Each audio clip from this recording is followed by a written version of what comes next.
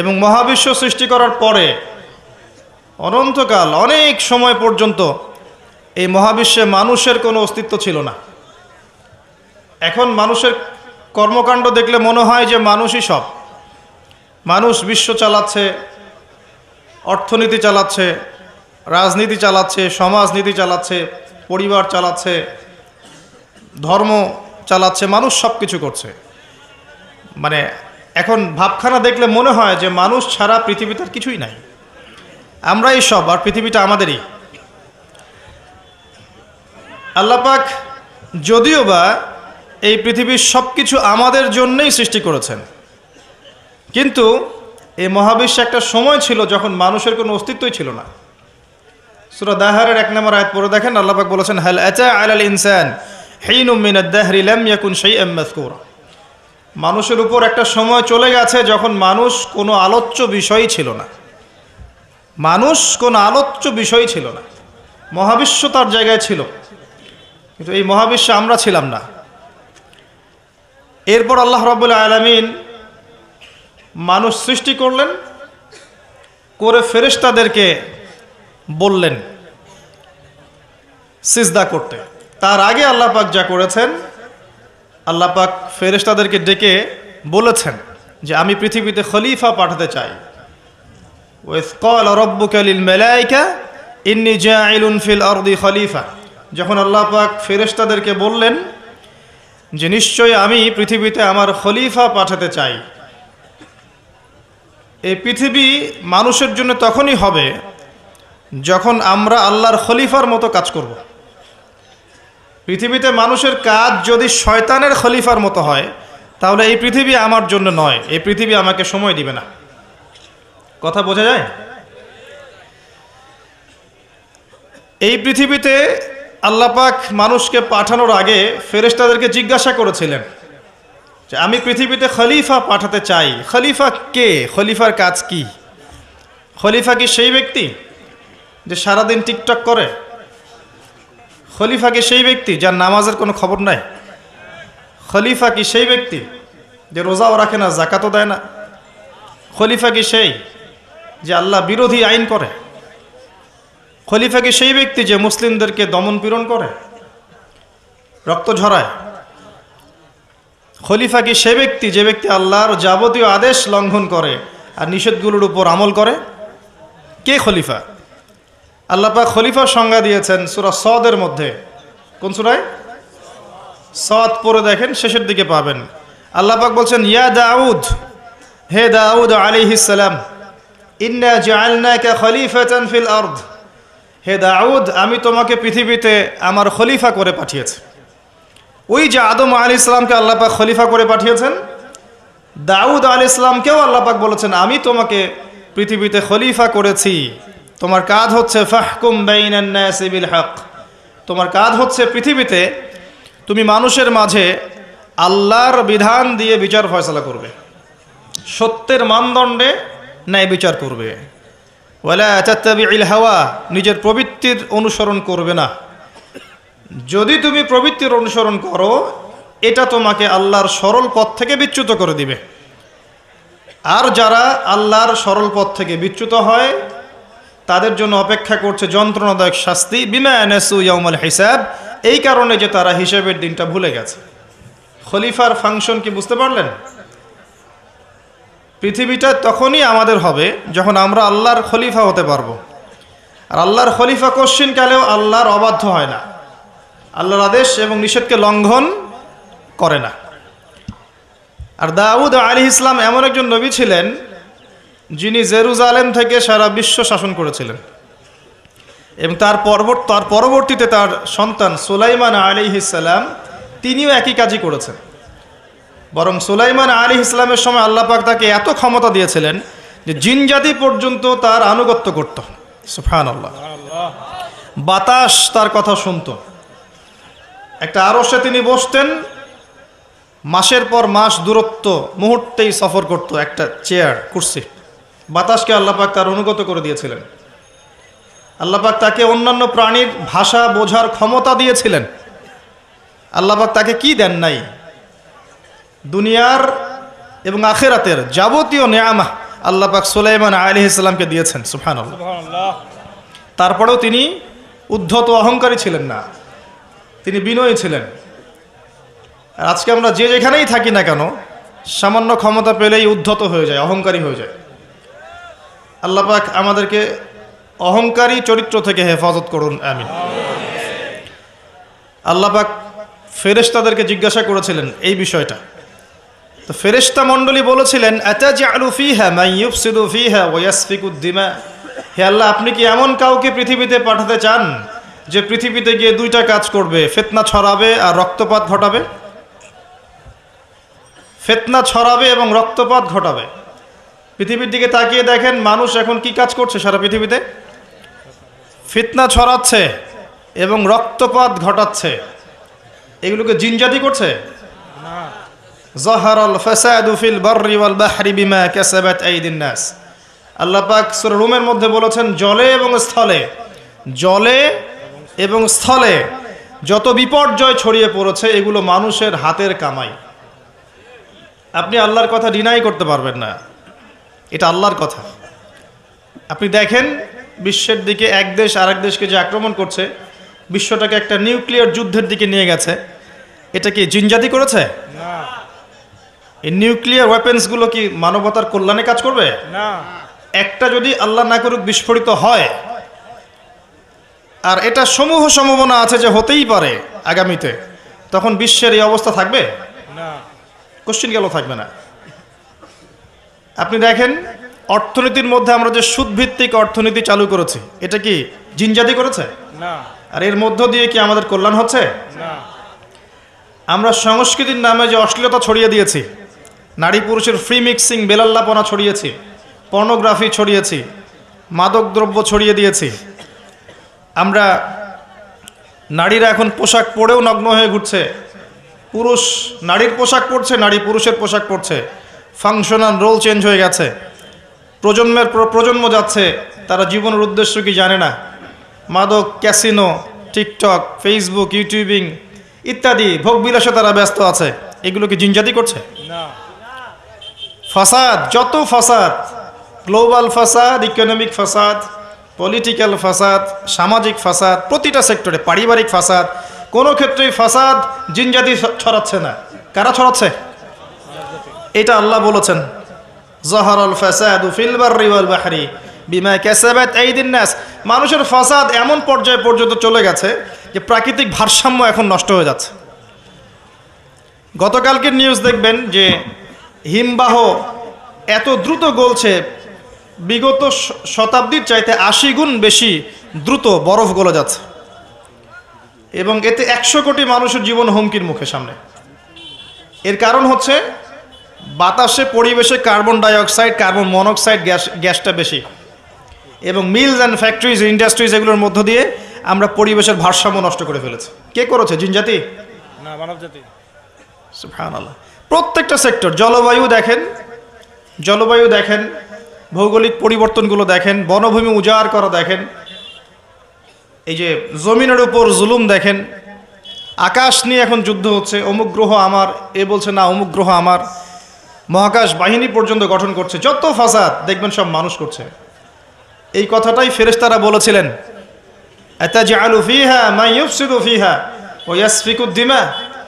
আল্লাহ, আপনি কি এমন কাউকে পৃথিবীতে পাঠাতে চান যারা পৃথিবীতে গিয়ে রক্তপাত ঘটাবে আর ফাসাদ সৃষ্টি করবে? আল্লাহ পাক সেই কথাই বলেছেন সূরা রুমের মধ্যে, জলে স্থলে যত বিপর্যয় এগুলো মানুষের হাতের কামাই। অস্বীকার করার কোনো বুদ্ধি নাই, এগুলো আমাদের হাতের কামাই। ব্যক্তিগত পর্যায়ে ওয়াল আসরি, সময়ের কসম, কেউ যদি সময়কে মূল্যায়ন না করে সে নিজে তার নফসের উপর জুলুম করবে, ফাসাদ সৃষ্টি করবে। করবে না? করবে। আসেন, এরপরে আল্লাহ পাক মানুষ সৃষ্টি করলেন আদম আলাইহিস সালামকে, এবং তাকে জ্ঞান শিক্ষা দিলেন। ওয়াআল্লামা আদামাল আসমাআ কুল্লাহা। আল্লাহ পাক আদম আলাইহিস সালামকে সমস্ত জ্ঞান শিক্ষা দিয়েছেন। বলেন সুবহানাল্লাহ। সুবহানাল্লাহ। সমস্ত নাম কে শিক্ষা দিয়েছেন? আল্লাহ। জ্ঞান কি বুদ্ধি থেকে আসে না অভিজ্ঞতা থেকে আসে? ফিলোসফিক্যাল থটস আছে এরকম, জ্ঞান আসে বুদ্ধি থেকে, কেউ বলে জ্ঞান আসে অভিজ্ঞতা থেকে, কেউ বলে জ্ঞান হচ্ছে সমন্বয় মতবাদ, কিছু বুদ্ধি কিছু অভিজ্ঞতা। কিন্তু আল্লাহ কোরআনে বলছেন জ্ঞান আসে কার পক্ষ থেকে? আল্লাহর তরফ থেকে। সূরা কাহফ 29 নম্বর আয়াত পড়ে দেখেন, ওয়াকুলিল হাক্কু মির রাব্বিকুম, হক তোমার রবের পক্ষ থেকে নাজিল হয়। হকটা কি? যখন তাওরাত নাজিল হয়েছিল, তাওরাত ছিল কি? হক। যখন জাবুর নাজিল হয়েছে, জাবুর কি ছিল? যখন ইনজিল নাজিল হয়েছে, ইনজিল কি ছিল? যখন কোরআন নাজিল হয়েছে এবং সুন্নাহ এসেছে, কিয়ামত পর্যন্ত হক কি থাকবে? অন্য কোনো হকের মানদণ্ড থাকবে না। যদি কোনো বিষয়ে কোরআন এবং সুন্নাহর সাথে মেলে, এটা মানতে কোনো আপত্তি আছে? না। আর যদি কোনো বিষয়ে কোরআন সুন্নাহর সাথে না মেলে, ছাড়তে কোনো আপত্তি আছে? না। যদি ছাড়ি তাহলে কি আমি সন্ত্রাসী হয়ে যাব? না। আর যদি মানি তাহলে কি আমি মৌলবাদী হয়ে যাব? না। কোরআন এবং সুন্নাহর সাথে যা মেলে এটা যদি আমি মেনে নেই, এটা কি আমার অপরাধ? না। কোরআন এবং সুন্নাহ কি আল্লাহর পক্ষ থেকে আসেনি? অবশ্যই। এবং সে আল্লাহ কি মহাবিশ্বের পরিচালক নন? অবশ্যই। তো যদি আল্লাহর দাসত্ব করি আমি কি অন্যায় কিছু করছি? না। হ্যাঁ, এই দাসত্ব কেমন হবে? শৈথিল্যতা প্রদর্শন করা যাবে না, চরমপন্থাও প্রদর্শন করা যাবে না। আপনি মধ্যমপন্থী থাকবেন। ওয়া কাযালিকা জাআলনাকুম উম্মাতান ওয়াসাতা, আল্লাহ পাক বলেছেন এভাবেই আমি তোমাদেরকে মধ্যমপন্থী উম্মাহ করেছি, যাতে করে তোমরা সাক্ষী হতে পারো। নারীদেরকে সৃষ্টি করা হয়েছে, স্ত্রীদেরকে সৃষ্টি করা হয়েছে বাঁকা হাড় থেকে। তাদেরকে জোর করে সোজা করতে যেও না, তাহলে ভেঙে যাবে। আর ওই অবস্থায় ছেড়ে দিলে তারা বাঁকাই থেকে যাবে। উত্তম নসিহতের মধ্য দিয়ে তাদের সাথে চলতে হবে। ওয়াল্লাহি এর চেয়ে কঠিন কোনো হাদিস আমার জীবনে আমি পড়িনি এবং জানিও নি, বুঝিও নি। মানে রাসূলুল্লাহ সাল্লাল্লাহু আলাইহি ওয়াসাল্লাম যে বলে গেছেন, নারীদের চেয়ে বড় কোনো ফিতনা আমি রেখে গেলাম না আমার উম্মতের পুরুষদের জন্যে, এর চেয়ে বড় হাদিস এবং ফিতনাময় হাদিস আমি আখিরুজ্জামানে দেখি না। আপনি একটু গভীরভাবে দেখলে দেখবেন প্রতিটা সেক্টরে ফিতনার মূল কেন্দ্রবিন্দুতে পরিণত হয়েছে এক শ্রেণীর নারী, যারা আল্লাহর বিধান অনুযায়ী চলতে নারাজ। এবং যখন তাদেরকে পেট্রোনাইজ করা হয়, তখন আস্তে আস্তে আস্তে আস্তে সমাজে অশ্লীলতা, বেহায়াপনা, নগ্নতা, ফ্রি মিক্সিং এমনভাবে ছড়িয়ে পড়ে যে অনেক ক্ষেত্রে মুত্তাকি মানুষ তাদের ঈমান ধরে রাখতে পারে না। আল্লাহ পাক আমাদের প্রত্যেকের ঘরে ঘরে খাদিজা রাদিয়াল্লাহু আনহার মতো স্ত্রী তৈরি করুন, আমিন। এবং হাজারা আলাইহিস সালামের মতো স্ত্রী তৈরি করুন, আমিন। আমাদের মেয়েদেরকে আল্লাহ ফাতিমা রাদিয়াল্লাহু আনহার মতো বানিয়ে দিন, আমিন। আয়েশা রাদিয়াল্লাহু আনহার মতো বোন তৈরি করুন, আমিন। আমি যে দোয়াটা করলাম, এই দোয়াটা এত গুরুত্বপূর্ণ, যেটার ফলশ্রুতিতে একটা সমাজের শৃঙ্খলা, ব্যালেন্স টিকে থাকে। কে খাদিজা রাদিয়াল্লাহু আনহা? রাসূলুল্লাহ সাল্লাল্লাহু আলাইহি ওয়াসাল্লামের সাথে যখন কেউ ছিল না, তখন একজন নারী, তার স্ত্রী তার সাথে ছিল, তার নাম খাদিজা রাদিয়াল্লাহু আনহা। সারা জীবন তিনি তার পাশে ছিলেন। এবং ওই যে গারে হেরায় যখন নবী সাল্লাল্লাহু আলাইহি ওয়াসাল্লাম আল্লাহকে ডাকতেন, গারে হেরা যারা দেখে এসেছেন, হজ করেছেন, একবার ওমরা করেছেন বা গিয়েছেন ওখানে, তারা জানেন যে এটা কত উঁচু। যুবক হয়েও আমরা সেখানে চড়তে হিমশিম খেয়ে যাব। খাদিজা রাদিয়াল্লাহু আনহা সেখানে খাবার পৌঁছে দিতেন, পানি পৌঁছে দিতেন।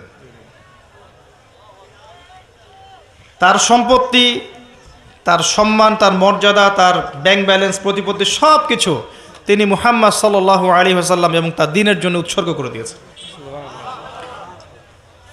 খুব কম মানুষকেই জিবরাইল আলাইহিস সালাম সালাম জানিয়েছেন, তার মধ্যে একজন হচ্ছেন খাদিজা রাদিয়াল্লাহু আনহা। নবী করিম সাল্লাল্লাহু আলাইহি ওয়াসাল্লামকে তিনি বলছেন, ইয়া রাসূলুল্লাহ, ওই যে খাদিজা আসছেন, তিনি যখন আসবেন তখন তাকে আমার পক্ষ থেকে সালাম জানাবেন এবং তাকে বলবেন, আল্লাহ আপনার জন্য জান্নাতে এমন একটা ঘর নির্মাণ করেছেন যে ঘরের মধ্যে কোনো কোলাহল নাই, কোনো চিল্লাচিল্লি হইচই কিচ্ছু নাই, সুকুন এবং শান্তি। তো কোথায় সেই যুগ, যে যুগে প্রত্যেক ঘরে ঘরে খাদিজা রাদিয়াল্লাহু আনহা থাকতেন? কে হাজেরা আলাইহিস সালাম? ইব্রাহিম আলাইহিস সালাম তার দুই স্ত্রী সারাহ এবং হাজরা। হাজরা আলাইহিস সালাম এবং ইসমাঈল আলাইহিস সালামকে তিনি রেখে যাচ্ছেন আল্লাহর আদেশে জনমানব শূন্য একটা জায়গায়, এবং তাদের সাথে আছে কিছু খাবার এবং কিছু পানি। রেখে তিনি চলে যাচ্ছেন সেখান থেকে। আর হাজরা আলাইহিস সালাম বলছেন যে ইয়া ইব্রাহিম আইনা তাযহাব, ইব্রাহিম আপনি কোথায় যাচ্ছেন, ইব্রাহিম আপনি কোথায় যাচ্ছেন। ইব্রাহিম আলাইহিস সালাম নিশ্চুপ, কোনো কথা বলতে পারছেন না, কষ্টে বুকটা ছিঁড়ে যাচ্ছে। ছোট্ট একটা বাচ্চা এবং স্ত্রীকে রেখে যাচ্ছেন জনমানব শূন্য জায়গায়। তখন হাজরা আলাইহিস সালাম বলছেন, আপনি কি আমাদেরকে আল্লাহর আদেশে ছেড়ে যাচ্ছেন হে ইব্রাহিম? আপনি কি আমাদেরকে আল্লাহর আদেশে এখানে ছেড়ে যাচ্ছেন ইব্রাহিম? ইব্রাহিম আলাইহিস সালাম খালি মাথা নাড়ছেন, না, হ্যাঁ, আল্লাহর আদেশে ছেড়ে যাচ্ছে। তখন হাজরা আলাইহিস সালাম বলছেন, তাহলে আল্লাহ আমাদেরকে কখনো অপদস্থ করবেন না ইনশাআল্লাহ।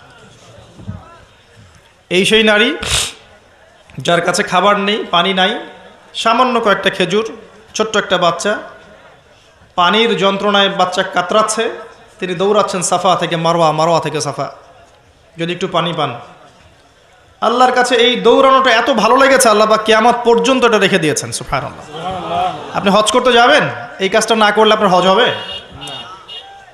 এটা কার স্মৃতি? এটা সেই হাজরা আলাইহিস সালামের স্মৃতি। এই যে তাওয়াক্কুলকারিণী নারী, আল্লাহর প্রতি ভরসাকারিণী, সবরকারিণী নারী, তার গর্ভ থেকে এমন সন্তান এসেছে যেই সন্তানকে বাবা বলছে, ইয়া বুনাই, হে আমার সন্তান, ইন্নী আরা ফিল মানামি আন্নী আযবাহুক, আমি স্বপ্নে দেখেছি আমি তোমাকে জবাই করছি, ফানজুর মাযা তারা, তোমার কি রায় আমাকে বলো। তখন ওই বাচ্চা বলছে, যার বয়স মেবি 10 বা 12 বা 15 হাইয়েস্ট, যে বয়সের আমাদের প্রজন্মের বাচ্চা কাচ্চারা কিশোর অপরাধ করে আর টিকটক চালায় আর স্মোক করে আর ড্রাগস নেয় আর মেয়ের পিছনে টাঙ্কি মারে, এই বয়সের বাচ্চা। ইসমাঈল আলাইহিস সালাম বলছেন, ইয়া আবাতি, হে আমার বাবা, ইফআল মা তুমার, হে আমার বাবা, আপনি তাই করেন যা আপনাকে আদেশ করা হয়েছে। কি আদেশ করা হয়েছে? জবাই করতে। আপনি তাই করেন যা আপনাকে আদেশ করা হয়েছে। সাতাজিদুনি ইনশাআল্লাহু মিনাস সাবিরিন, ইনশাআল্লাহ বাবা আপনি আমাকে সবরকারী পাবেন। এই জেনারেশনের একটা ছেলেকে দেখাতে পারবেন যে এরকম করে কথা বলতে পারবে? একটা ছেলে? এরা তো জানেই না জীবনের উদ্দেশ্য কি, জীবনটা কি সেটাই জানে। What is life, the definition of life, the definition of success জানে না। ওই ছোটোবেলায় একটা বইয়ের বোঝা কাঁধে চাপিয়ে দেওয়া হয়েছে, ব্যাগের মধ্যে 10টা বই, এটা নিয়ে গিয়েছে প্রথমে প্লে, তারপর নার্সারি, তারপর 1 2 3 4 5 6 7 8 9 10 পড়েছে। পরীক্ষা A+ পেতে হবে, গোল্ডেন পাওয়ার জন্য যা ইচ্ছা তাই করেছে। তারপরে আপনার HSC করেছে, অনার্স মাস্টার্স করেছে, মাশাআল্লাহ। এখনও জানে না অজুর ফরজ কয়টা, এখনও জানে না যে কোরআন কি জিনিস, কোরআনের মধ্যে আল্লাহ কি বলেছেন, হাদিস, প্রফেটিক লাইফস্টাইল কি, হাদিস কি, নবী সাল্লাল্লাহু আলাইহি ওয়াসাল্লামের জীবনী আবার কি জিনিস, তার স্ত্রীদের নাম, কত সালে বদরের যুদ্ধ, কত সালে উহুদ, কিভাবে তিনি দিন প্রতিষ্ঠা করেছেন, সাহাবায়ে কেরামের জীবনী, ইসলামী খেলাফত, ইসলামের ইতিহাস। এরপরেও তাদের পিতামাতার অ্যাটিটিউড দেখলে মনে হয় যে এগুলো সোনার ছেলে, সব ছেলে। এবং মেয়েদের দিকে তাকান, ওই বয়সেরই, সারাদিন মেকআপ বক্স, নতুন কি জামা আসছে, নতুন কোন ফ্যাশন আসছে, কোন ড্রেসটা পরে মার্কেটে গেলে মানুষ আমাকে দেখবে বেশি, তারপরে ছেলের পোশাক নতুন নতুন কোনগুলো আসছে যেগুলো এখন মেয়ের পোশাক হিসেবে ব্যবহার করা যায়, ফেসবুকিং, চ্যাটিং, স্ন্যাপচ্যাট, ইনস্টাগ্রাম, ছবি, নিজের ছবি নিজেই তুলছে, নিজেই হাসছে, একা একাই হাসে, একাই ছবি তোলে, একাই আপলোড করে। কি মনে হচ্ছে আপনাদের কাছে? এবং নবী করিম সাল্লাল্লাহু আলাইহি ওয়াসাল্লাম কিন্তু বলেছিলেন যে আখিরুজ জামান, কিয়ামত হবে না ততদিন পর্যন্ত যতক্ষণ না এমন কিছু নারী সমাজে বের হচ্ছে, নিসাউন কাসিয়াতুন আরিয়াহ, যে নারীরা কাপড় পরেও নগ্ন থাকবে। জি, আপনার স্ত্রীর কথাই বলছি, তার কথাই বলেছেন নবী সাল্লাল্লাহু আলাইহি ওয়াসাল্লাম, নিসাউন কাসিয়াতুন আরিয়াহ। আপনার বোনের কথাই বলছি, আপনার মেয়ের কথাই বলছি, কাপড় পরেও নগ্ন থাকবে, ব্যাখ্যা আমার কাছে জিজ্ঞাসা করার দরকার নেই, আপনিই ভালো জানেন। মহিলাতুন মামেলাত, নিজেও আকৃষ্ট হবে, অন্যকে আকৃষ্ট করবে। আল্লাহ রসুল বলছেন এরা জান্নাতের গন্ধ কখনো পাবে না, যদিও বা জান্নাতের গন্ধ 40 বছরের দূরত্ব থেকে পাওয়া যাবে।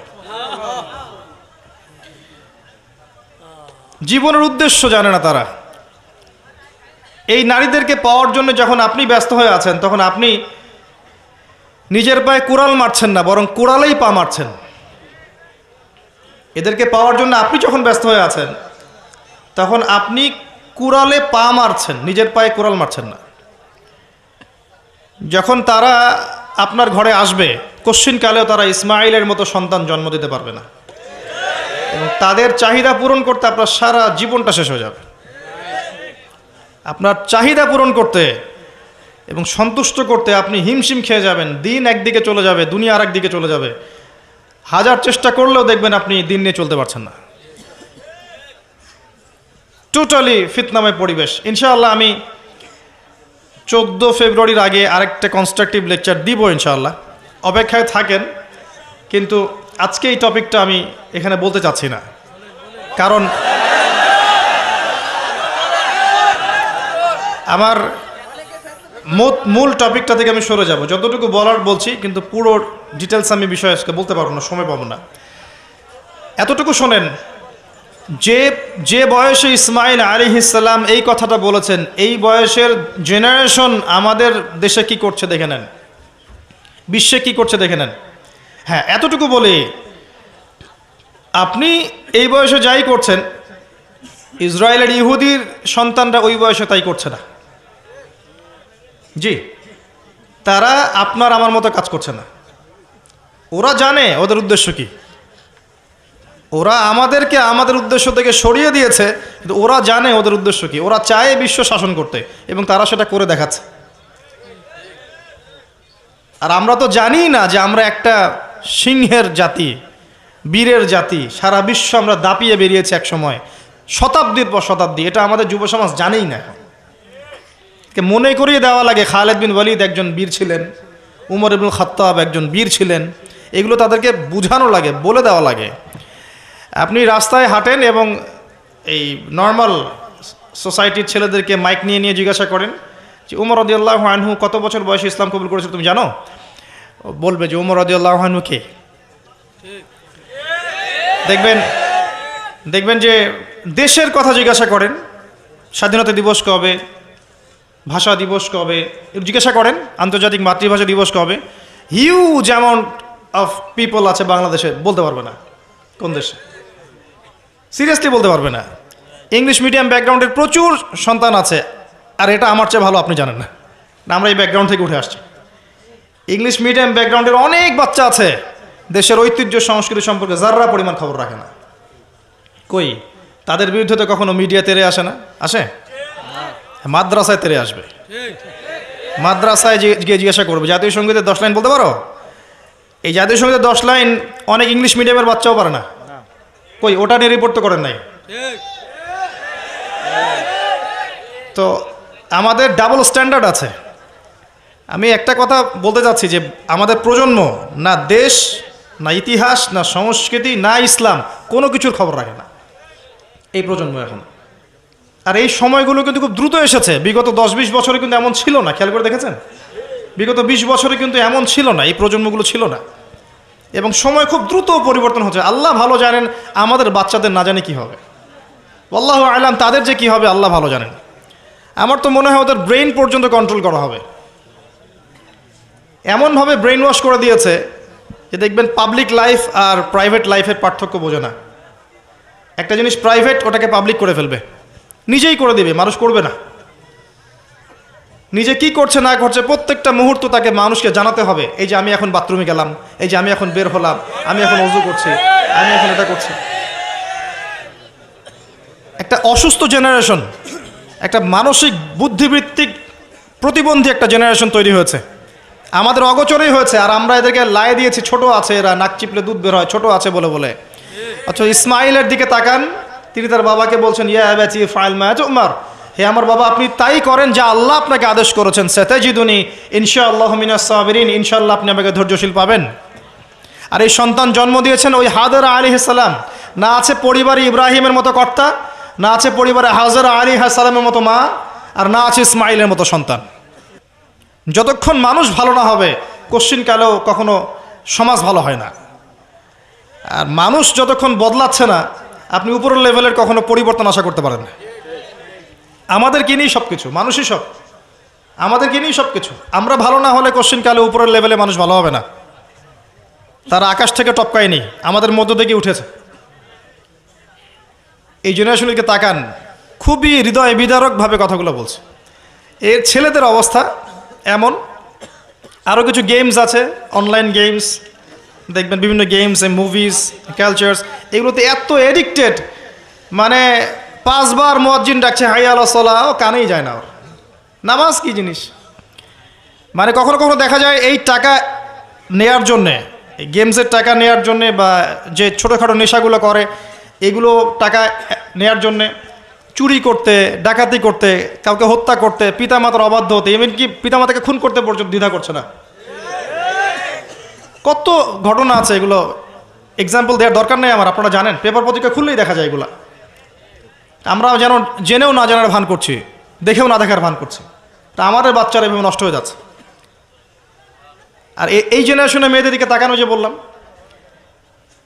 একটা মৌলিক প্রশ্নের উত্তর তারা দিতে পারবে না, যে আল্লাহ তোমাকে সৃষ্টি করেছেন কি জন্য?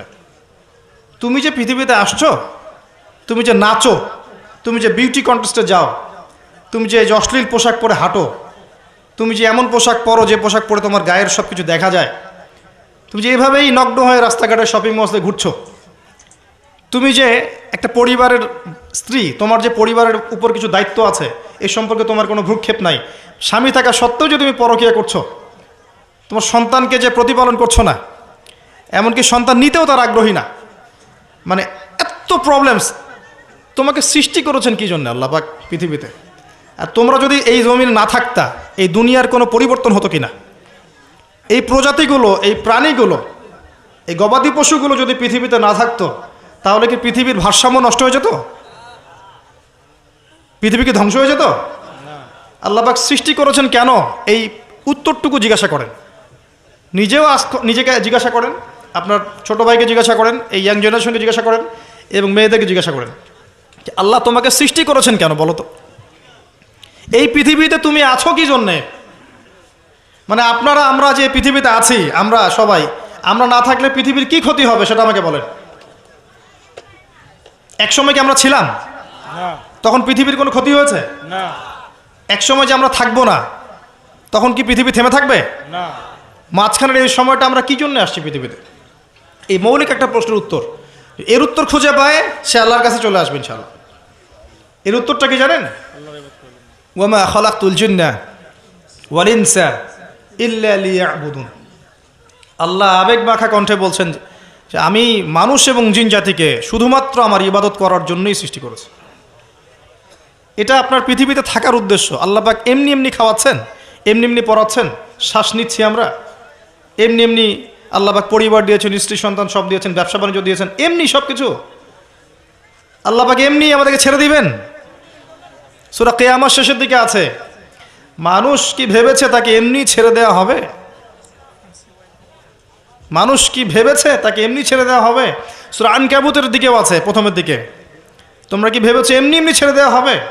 সূরা বাকারা আল ইমরানের দিকেও আছে, আম হাসিবতুম আন তাদখুলুল জান্নাহ, এমনি এমনি জান্নাতে চলে যাবে? নিছক খেলার ছড়া আল্লাহ পাক পৃথিবীতে আমাদেরকে পাঠান নাই, সৃষ্টিও করেন নাই। এর উত্তরটা এটাই, আল্লাহ পাক আমাদেরকে পাঠিয়েছেন তার ইবাদত করার জন্য। এটাই আমি বলতে চাচ্ছিলাম, যে আল্লাহ রাব্বুল আলামিন মানুষকে পৃথিবীতে পাঠিয়েছেন। এর আগে পৃথিবীতে এমন সময় চলে গেছে মহাবিশ্বে মানুষের অস্তিত্ব ছিল না। আল্লাহ পাক নাম শিখিয়েছেন, আল্লাহ পাক তার সঙ্গিনী সৃষ্টি করেছেন, এরপর জান্নাতে রেখেছেন এবং ফেরেশতাদেরকে দিয়ে সেজদা পর্যন্ত করিয়েছেন। আমাদেরকে আল্লাহ পাক সেজদা করিয়েছেন ফেরেশতাদেরকে দিয়ে। সুবহানাল্লাহ। এই জেনারেশন এবং আমরা যারা চলছি, যারা নামাজ পড়ি না, যারা রোজা রাখি না, যাকাত দেই না, আল্লাহর হুকুম আহকাম মানি না, মিথ্যা বলি, সুদ খাই, জেনা করি, মদ খাই, চুরি করি, দুর্নীতি করি, প্রতারণা করি, ঠকবাজি করি, আমাদেরকে আল্লাহ পাক সেজদা করিয়েছেন ফেরেশতাদেরকে দিয়ে? সাউন্ডস ক্রেজি না? এটা আসলে উদ্ভট মনে হচ্ছে না কথাটা? কোন মানুষরা এটার যোগ্য? এই মানুষরা কি সেই এটার যোগ্য? আল্লাহ পাক জান্নাতে রেখে পরীক্ষা করেছেন, এরপর দুনিয়াতে যখন পাঠিয়েছেন তখন দুই দলকে পার্থক্য করে দিয়েছেন। একটা হচ্ছে আল্লাহ পাক বলেছেন যে কুল নাহবিতু মিনহা জামিআ, তোমরা পৃথিবীতে নেমে যাও, ফাইম্মা ইয়াতিয়ান্নাকুম মিন্নী হুদান, তোমাদের কাছে আমার পক্ষ থেকে হেদায়েত আসবে, আল্লাহর কিতাব আসবে, নবী রাসূল আসবেন, হেদায়েত আসবে। ফামান তাবিআ হুদায়া ফালা খাউফুন আলাইহিম ওয়ালা হুম ইয়াহজানুন, যারা আমার হেদায়েত মেনে চলবে তাদের কোনো ভয় নাই, কোনো দুশ্চিন্তা নাই, যে জান্নাত থেকে এসেছেন ওই জান্নাতে ফিরে যাবেন ইনশাআল্লাহ। এটা এক শ্রেণীর মানুষ। আর এক শ্রেণী ওয়াল্লাযীনা কাফারু ওয়া কাযযাবু বিআয়াতিনা, আর যারা কুফরি করবে এবং আমার আয়াতকে মিথ্যা প্রতিপন্ন করবে, উলাইকা আসহাবুন নার, এরা হচ্ছে জাহান্নামের অধিবাসী, হুম ফিহা খালিদুন, তারা সেখানে চিরস্থায়ী হবে। কি জিনিস এটা? নবী সাল্লাল্লাহু আলাইহি ওয়াসাল্লাম দেখে এসেছেন। তার গর্জন, যখন সে গর্জন করবে, গর্জন করতে থাকবে, এই চিৎকারে, ওর চিৎকারে মানুষ বেহুশ হয়ে যাবে। খালি চিৎকার করবে, হাল মিন মাজিদ, সে বলতে থাকবে আরো কি আছে, হাল মিন মাজিদ, আরো কি আছে, চিৎকার করতে থাকবে। নবীজি দেখে আসছেন, রক্তের নদীতে ফেলে মানুষের মাথা ফাটিয়ে দেওয়া হচ্ছে। কে তারা? সুদখোর। নবী দেখে আসছেন, পেটের ভিতরে আগুনের দলা গিলছে। কে? এতিমের মাল ভক্ষণকারী। দেখছেন সামনে আছে ভালো গোশত, আর আরেকদিকে আছে নোংরা পচা গোশত, পচা গোশত খাচ্ছে। কে? জিনাকারী, ব্যভিচারী। কত শাস্তি দেখে আসছেন। একজন ফেরেশতাকে দেখে এসেছেন, তার নাম মালিক, জাহান্নাম সৃষ্টির পর থেকে কখনো হাসেন নাই। জাহান্নামের শাস্তি দেখেই তার হাসি বন্ধ হয়ে গেছে। আরও দেখে এসেছেন, ওই যে আমি দেখে এসেছি জাহান্নামের অধিকাংশ অধিবাসী নারী জাতি। কারণ অভিশাপ দেয় বেশি বেশি, স্বামীর অকৃতজ্ঞ হবে এবং লানত করে, মুখে চাপটে ঘাত করে, কেউ মারা গেলে বিলাপ করে, এগুলোর কারণে। আসেন, আল্লাহ পাক যতটুকু সময় আমাদেরকে পৃথিবীতে রেখেছেন, এই টাইমটা আনলিমিটেড না, এটা আল্লাহ পাক বুঝাচ্ছেন। ওয়াল আসরি বলে, সময়ের কসম, সময়ের কসম বলে আল্লাহ পাক বুঝাচ্ছেন যে আপনার আমার সময় আনলিমিটেড নয়, লিমিটেড।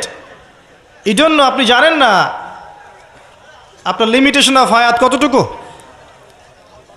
আমি একটা কথা বলছি রিসেন্টলি, আবারও বলছি এখানে, যে আপনি যদি চিন্তা করেন যে আপনি 60, 70, 80 বছর বাঁচবেন, এর মধ্যে 30-40 বছর চলে গেছে, আপনি এই বয়সটার পাপগুলোকে হিসাব করতে থাকেন, কতগুলো পাপ আপনি করেছেন। হিসাব করে আমলনামা তৈরি করেন, তারপর দেখেন পাপগুলো দুই প্রকার, হয় মানুষের সাথে জড়িত আছে অথবা আল্লাহর সাথে জড়িত। আল্লাহর সাথে জড়িতগুলো শুধু ইস্তেগফার তওবার মধ্য দিয়ে ক্ষমা হয়ে যাবে ইনশাআল্লাহ। আর মানুষের সাথে জড়িত যেগুলো, সেগুলো তাদের কাছে কাছে গিয়ে হক পরিশোধ করার মধ্য দিয়ে ক্ষমা নিতে হবে ইনশাআল্লাহ।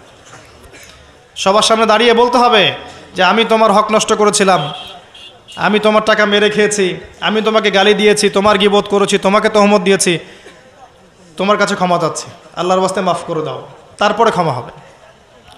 এর পরের জীবনটাকে আপনাকে কাটাতে হবে কিভাবে? রাসূলুল্লাহ সাল্লাল্লাহু আলাইহি ওয়াসাল্লামের সুন্নাহ মোতাবেক পারা যাবে ইনশাআল্লাহ। রাত থেকে শুরু করে ঘুমানো পর্যন্ত নবী সাল্লাল্লাহু আলাইহি ওয়াসাল্লামের সুন্নাহ মতো চলা যাবে ইনশাআল্লাহ। একমাত্র ব্যক্তি যিনি আপনার জন্য হাউজে কাউসারে দাঁড়িয়ে থাকবেন, যিনি আপনার জন্য সুপারিশ করবেন এবং কবিরা গুনাহগার ব্যক্তিদেরকে সুপারিশ করে জান্নাতে নিয়ে যাবেন ইনশাআল্লাহু তাআলা, একমাত্র ব্যক্তি, আপনার রোল মডেল, আপনার আদর্শ মুহাম্মদুর রাসূলুল্লাহ সাল্লাল্লাহু আলাইহি ওয়াসাল্লাম। আর কেউ নাই, আল্লাহ ছাড়া কেউ নাই, মুহাম্মদ সাল্লাল্লাহু আলাইহি ওয়াসাল্লাম ছাড়া কোনো তরিকা নাই, আল্লাহর কিতাব ছাড়া কোনো হেদায়েতের উৎস নাই। সিম্পল, আপনাকে আল্লাহ পাক সহজ করে দিয়েছেন। এর বাইরে যাবেন, এক চুল যাবেন, এক চুলের ফলাফল ভোগ করতে হবে। এর বাইরে 1 বিঘত যাবেন, 1 বিঘতের ফলাফল ভোগ করতে হবে।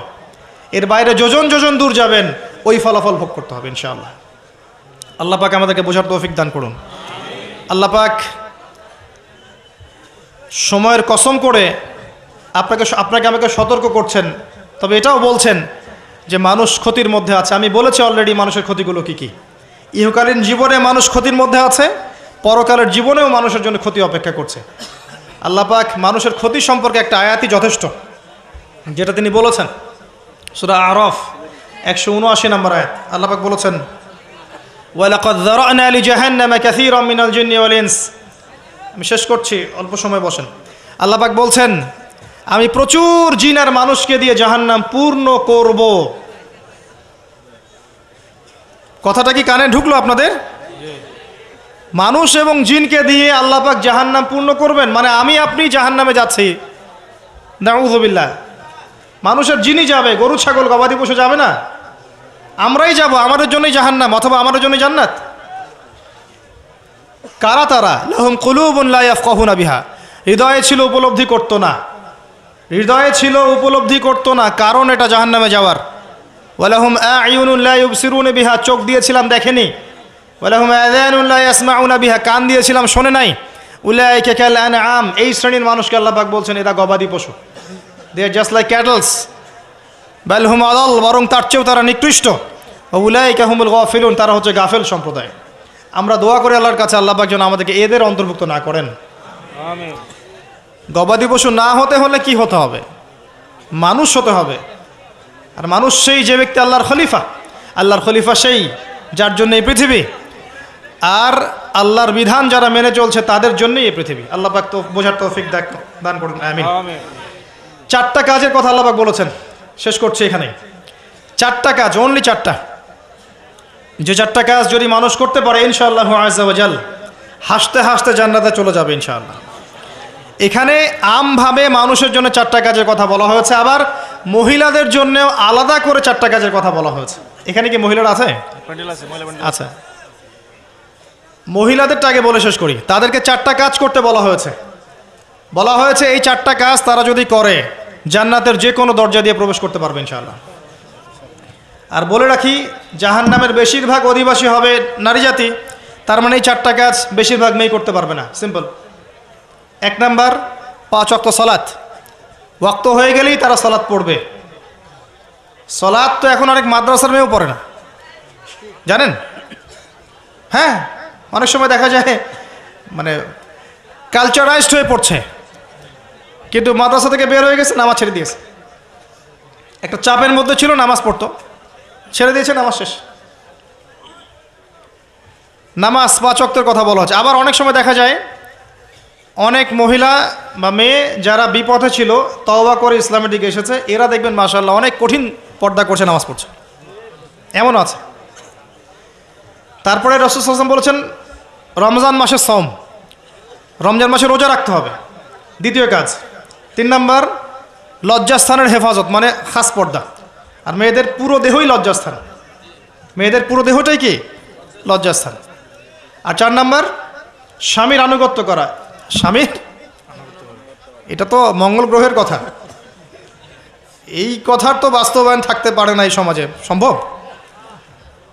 আল্লাহু আ'লাম। আল্লাহ পাক নারীদেরকে বুঝদান করুন। স্বামীর আনুগত্য, আনুগত্যকে তারা মনে করে দাসত্ব। আমি আনুগত্য করতে যাব কেন? এটা দাসত্বের ব্যাপার।